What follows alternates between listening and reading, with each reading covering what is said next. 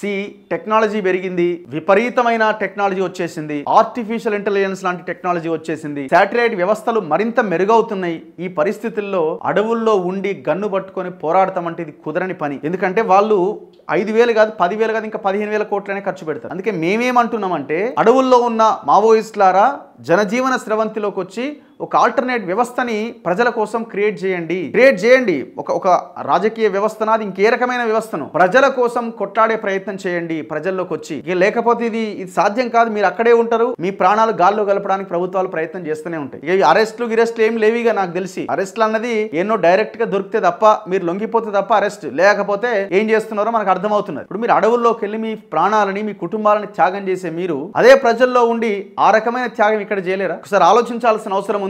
ఈ రకంగా అడవుల్లో ఉండి ఏదైనా చేయొచ్చు అనుకుంటే భవిష్యత్తులో చాలా కష్టం. హిడ్మా ఉన్న ఊర్లోకి అమిత్ షా హోంశాఖ మంత్రి ఎంటర్ అయ్యింది కదా.